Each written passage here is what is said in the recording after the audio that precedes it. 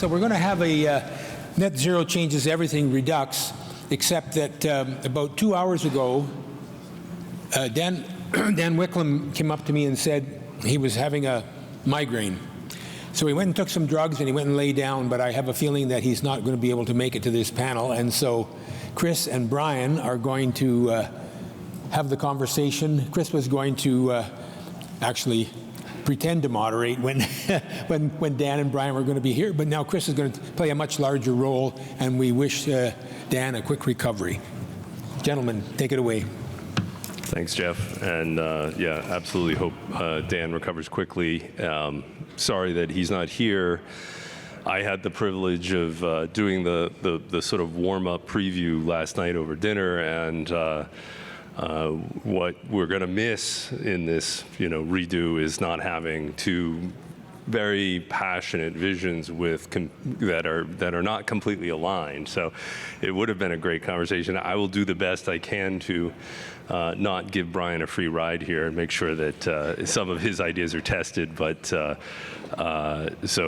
we have half of the dynamic duo. Brian, I just want you to start by addressing the topic. What you and Dan are supposed to be talking about is net zero changes everything. What does that mean? How does net zero change everything? It's okay, Brian. I'm set here? Yeah. Net zero changes everything because it sets an entirely new benchmark. 15 years ago, when we thought about, well, we need to reduce greenhouse gas emissions, maybe 10%, maybe 20% will work. But the net zero story, there we are. Okay. But the net zero story really is we have to get to net zero, because when you change the climate, you change the climate. And we are on a constant path of changing the climate. And if we want to stop that and stabilize our glaciers, our sea level, our storm levels, we have to eliminate net greenhouse gas emissions. That means we have to tackle a whole suite of hard-to-solve problems, and we have to tackle them relatively quickly. So it's not enough to just travel slowly along on the margins and get as far as whatever. We have to create innovation and technological changes that really redo the playing field, everywhere from steel to aviation to cement, in ways that incremental motion might not have. So that's probably the least controversial thing you could have said, right? Like, everybody agrees, yeah, we've got big problems, we need big solutions. But what is that? How do you translate that? What does that look like in decision-making terms, both from a private sector point of view and a government point of view? What are the choices that net zero drives us to think about from how we get from where we are to where we need to be? Yeah, let me divide the private sector view up into first two parts. And I'll think of the people who are trying to deliver solutions, and then the people who are trying to deliver products and are in businesses.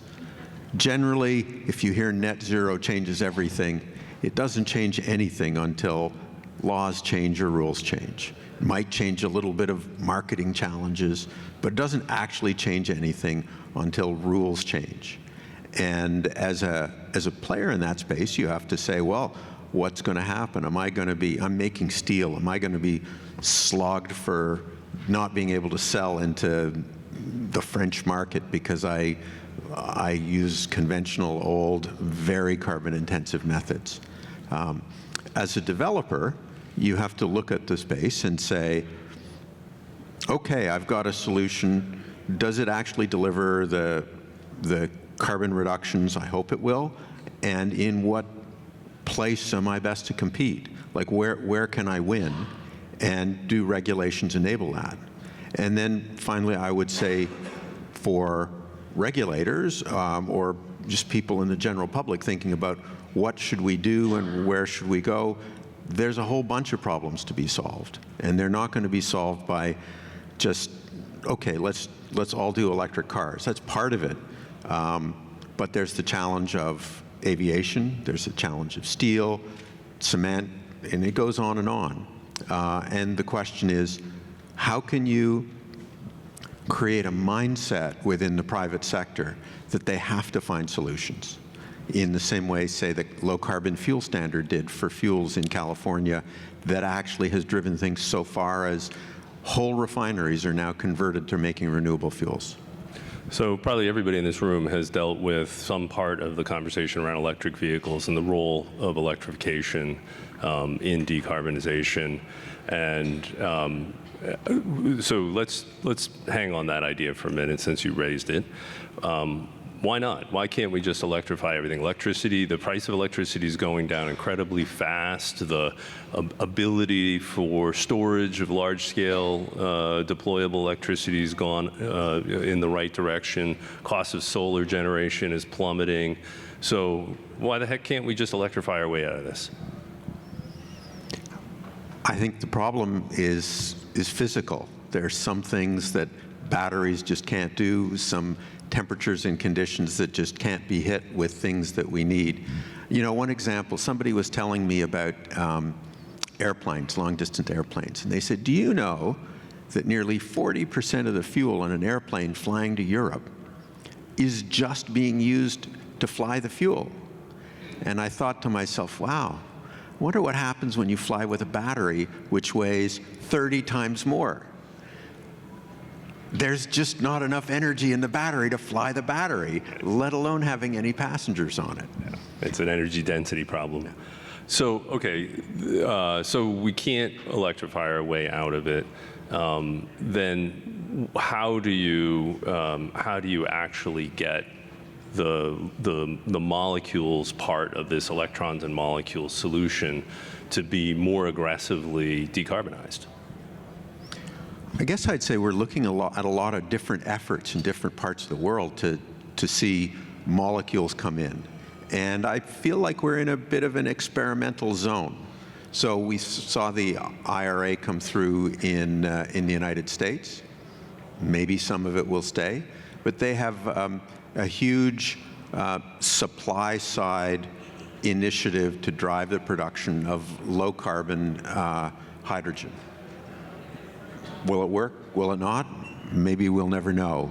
It certainly struck fear in the hearts of people around the world with how powerful it was. In sustainable aviation fuel, the EU has a target that aims at bringing e-fuels in very large quantities. Are they actually going to be the right choice to lower carbon emissions, or have they just guessed at a technology that may or may not win? Because they're already the only real sustainable aviation fuels are biologically based, and most of the broader conversation, certainly in North America, is that it will be bio-based fuels that will deliver SAF in the end. So do you pick a technology? Do you mandate it? Do you provide incentives? Those are all challenges, and layered on that is, how do the people in the receiving end, the fuel suppliers and such, how do they think that's going to change their business? Because if they think they can just wait it out, then a lot will wait it out, and we won't drive the innovation that we're hoping for. So that sort of opens up one of the areas where you and Dan have, I would say, different visions and passionately held views. So if we set really big objectives in terms of what we're trying to do, then this question of how do you make commercial progress, because we know we can't go from here to a completely decarbonized hydrogen infrastructure for transportation applications where fossil fuels need to go away. So, and electricity won't come in.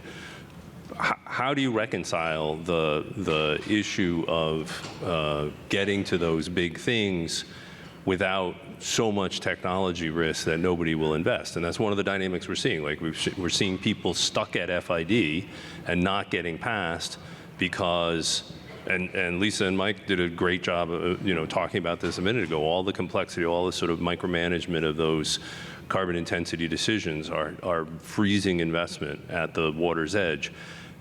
So how do you get to the big stuff and deal with a sort of a rational path of commercial development? Wow. I think, let me just first of all talk about a historical thing that happened. And I would characterize the successes of the low carbon fuel standard in California as being utterly amazing. What was it, 15 years ago, the low carbon fuel standard was approaching 6% carbon replacement. There was a lot of talk from the oil industry that if we didn't lower the targets within months, the cost of low carbon, the cost of carbon credits would go up over $1,000 a ton, and nonetheless, at such high prices, nobody was investing because everybody knew if they went up to $1,000 a ton, the market would disappear and the program would be canceled. And there was a lot of political gamesmanship. But there was a solution, and it's a solution that Chris actually primarily drove, and that was convincing the environmentalists and industry and government that the right choice was to actually have a safety valve on the program, to let the steam out, but let it out in a way where if you were a dirty player, the answer was you'd have to pay a tax to your cleaner competitor. There's nothing companies like less than paying a tax to their competitor.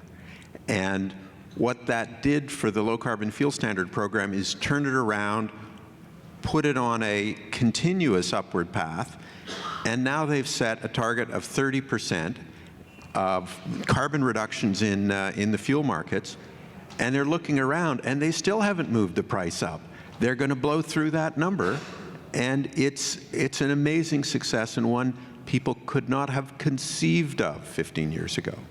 So some would say, but all of this investment, all this idea of decarbonizing the liquid fuels that we're driving around on today is a waste of resources, that it is taking us in the wrong direction. We're putting energy and thought into dead-end or temporary transitional type decarbonization, and it's just not a great use of resources. What would you say to them? I guess I'd say we don't know that for sure. And I'll give an example. One of the core components of the low carbon fuel standard is the rollout of renewable diesel.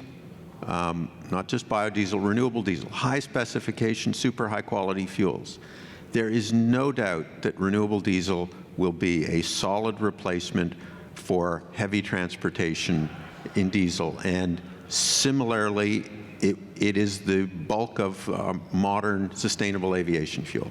Now, I know there's going to be a next generation. There has to be, because there's just not enough vegetable oil in the world. Even if you only cook your French fries once, you're still not going to have enough waste oil. You're still not going to have enough total vegetable oil. But the whole mentality of rolling over refineries to be producing renewable fuel is a sea change in the industry, and I think it's going to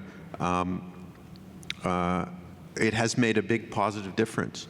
But I don't mean to say that just that safety valve is the only type of solution. The UK is trying something very interesting, where basically they're going to enter into private contracts that guarantee people prices, so that they don't face political risk in the future, and they lift the political uncertainty off the table. And I think that's another really interesting tool. So I want to pivot to government policy in a second, but let's just stay with this issue. So for many, the oil and gas industry is the problem. They're not part of the solution. And the fact that we're driving around on molecules, there's an enormous number of people who said, yeah, we're past that. Like, the business model for the major autos is already being organized around a future that's 100% electric vehicles. And they don't have the same problem as planes, right? There's still an energy density issue, but the cost of batteries is falling rapidly. All of our light-duty vehicles can be electrified. So why would we waste one minute of time thinking about the fuels for light-duty vehicles? And your whole argument is, yeah, we need fuels for light-duty vehicles. Well, my argument about, I didn't say, of course we need fuels for light-duty, or we need solutions for light-duty vehicles, and it may very well turn out that the best solutions are electric. Good. If the best solutions are electric, the low-carbon fuel standard, which accepts electric conversions, is going to deliver that. But the thing to realize is those fuels that are now powering the low-carbon fuel standard are going to shift to markets where they're wanted and needed. You know, there's the whole talk about, I'll call it next-generation aviation fuels, including ethanol to jet, for example, or alcohol to jet. So the fact that these things have been developed doesn't mean that many solutions have been developed doesn't mean they're dead ends. They're fuels that will start to serve other purposes where, again, batteries can't reach.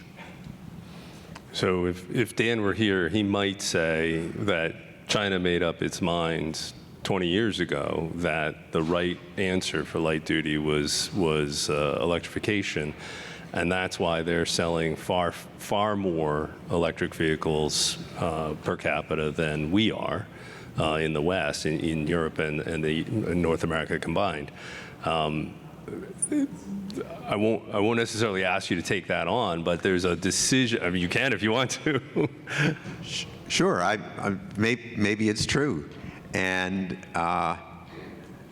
you know, we've heard lots of things over the years. What we really need is nuclear. Remember that? Well, I'm sorry, that was in the previous millennium, wasn't it? But everybody knew that was the case. And I would say in Germany today, everybody knows it's got to be green hydrogen, except that there's stirring of difficulty. Nobody can get to FID. And I would say, is it because of program uncertainty or because the costs aren't what they hoped them to be? Not sure, but nobody can get to FID. So it may not be hydrogen, and it may not be this. I'm very much of a view that you can't stand up and predict the future. It's just not the way things work.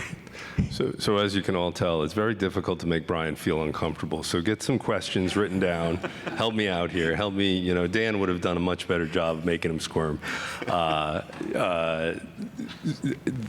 Let's go into the right way to think about the role of government here.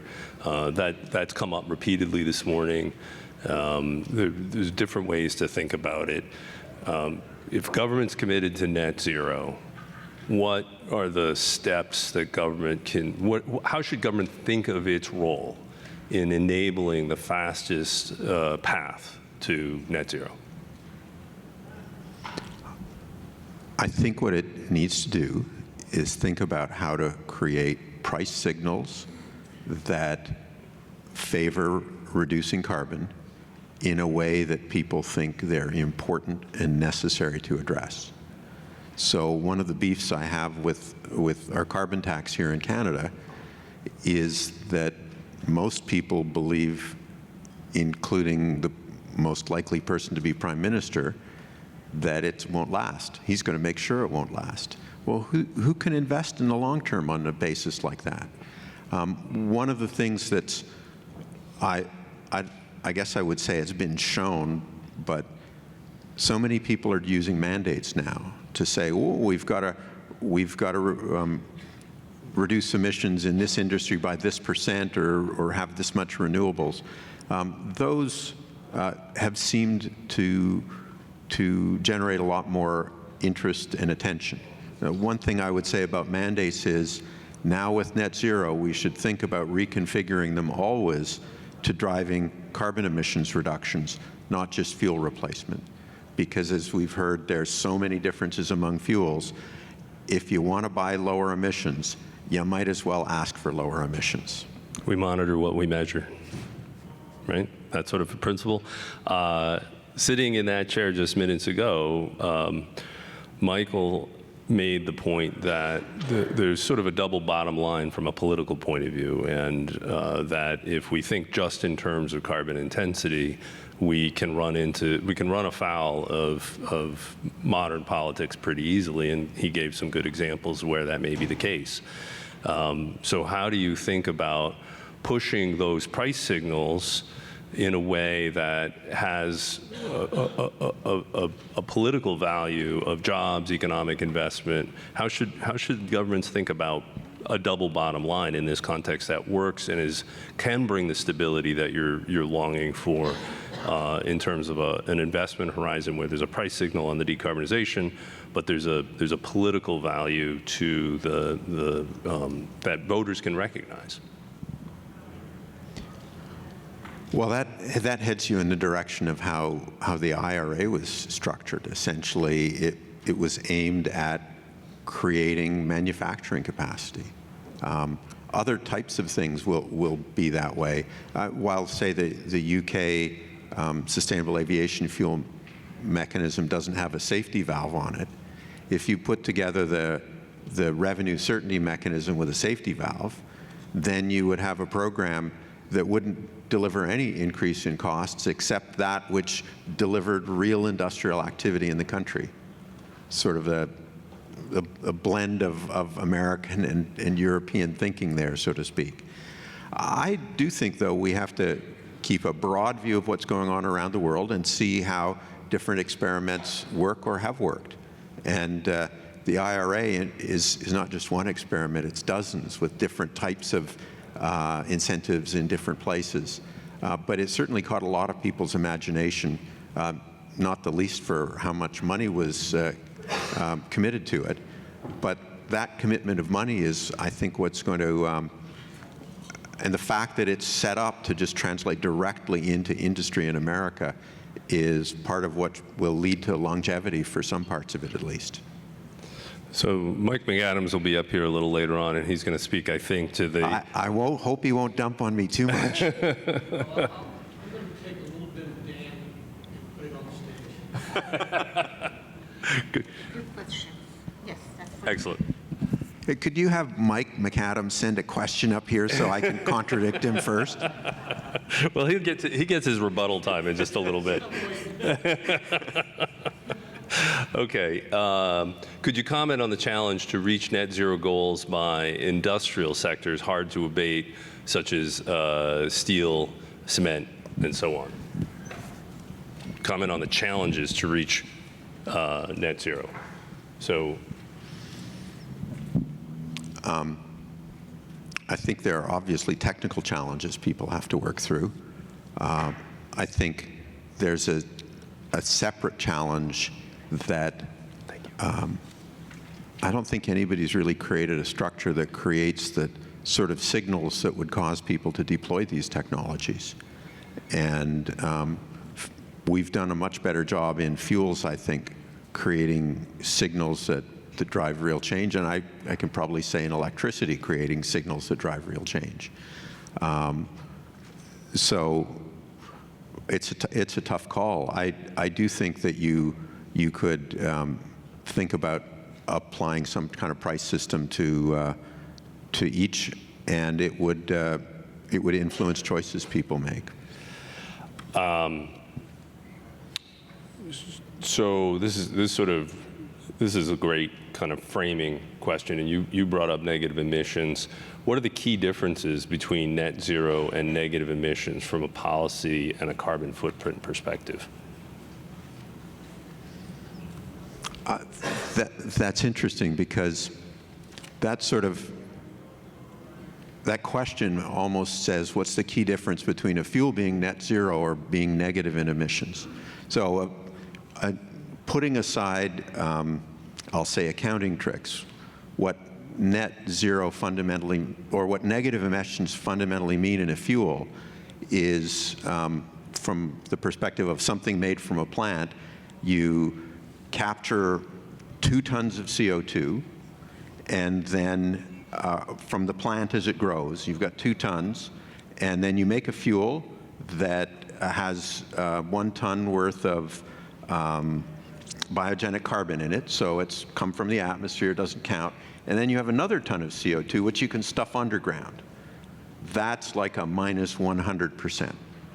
Now, when people talk about net zero economy-wide, that is, on average, across the economy, we're going to have no net emissions.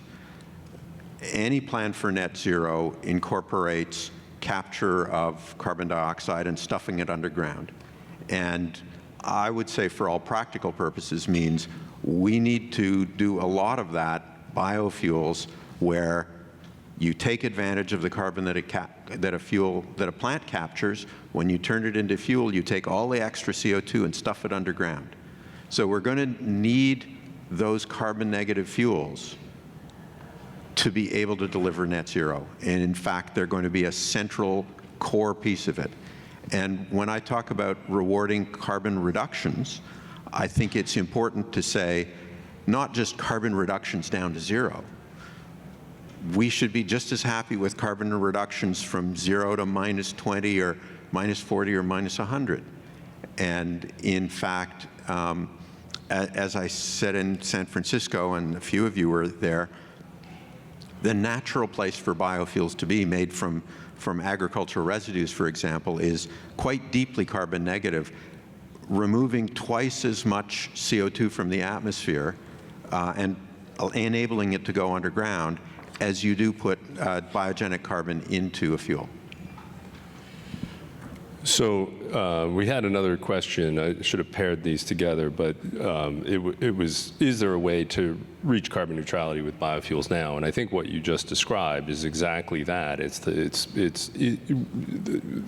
So pairing carbon capture and biofuel production, you not only can get to net zero, you can get net negative. One of the major sources of opposition in some circles to carbon capture and sequestration is, oh, that's just an excuse to prolong the use of oil and gas, to prolong the use of combustion. Well, I do want to jump in on this and say, mostly net zero. Jump in, it's all your show here. What are you? It should be thought of as an economy-wide goal. That means all sorts of stuff has to happen. We need to have a huge amount of shifting to electricity and decarbonizing that electricity. If you look at the US plan for net zero, which is a nicely laid out plan, new biofuels, kind of call them second generation biofuels, deliver roughly 10% of the energy that's needed for net zero. But on top of that, there's a hole in the program where carbon dioxide is needed too to hit net zero. You need carbon dioxide to stuff underground, and you need carbon dioxide to pair up with e-fuels, hydrogen essentially, to make the vast volumes of fuel we need. And the only practical source for those carbon dioxide, 10% that goes underground and 10% into e-fuels, is from biomass. So biomass will be at the core of delivering about 30% of net zero. Not all of it, but 30% is a gigantic amount, on the same order as decarbonizing electricity. Is that the hook, Jeff, or? Okay, all right. Well, then let me squeeze one more in here. Jerry Ostheimer set out ambitions for the G7, G20, and COP meetings, and said the question here is, what's the best outcome for sustainability, sustainable fuels and future fuels at COP30 and in Brazil? And you and I were actually talking about that earlier in light of Jerry's comments. What is your view? If you could roll forward a year from now and Brazil's wrapped up and there are new statements coming out of the COP, how can we move this conversation on biomass forward as a result of that convening in Brazil? I think given the huge flexibility for biomass-based fuels to remove carbon, the best thing that could happen is we set targets for carbon reduction in a variety of different sectors. but not fuel replacement, like 10 or 20 or 30% carbon reduction, whatever it would be by whatever date. And we say, whoever can deliver carbon reduction the most cost effectively, you get to win. And that will reorient the way in which people are thinking about developing fuels. You know, I've been in advanced biofuels for a long time, and everybody always takes the carbon dioxide that they generate and spills it back into the atmosphere. And it's concentrated. It's the perfect thing to capture. And it will be tremendously powerful for the case for biomass-based fuels to make such a large contribution. And when people really say, oh, we have to reduce emissions by 20% in aviation, how are we going to do it? They're going to start thinking smart when they're actually aiming at that problem and not different kinds of problems. So there's a couple of questions we couldn't get to. I would urge those who wrote them to grab Brian on the side. They're really good questions. We just didn't have time. So thanks very much, Brian. Thanks very much, everybody. Thank you. Thank you, Brian and Chris, and thank you, Chris, for doing such a nice job of filling in for Dan. Well done. That's the kind of conversation that makes me want to keep having Scaling Up.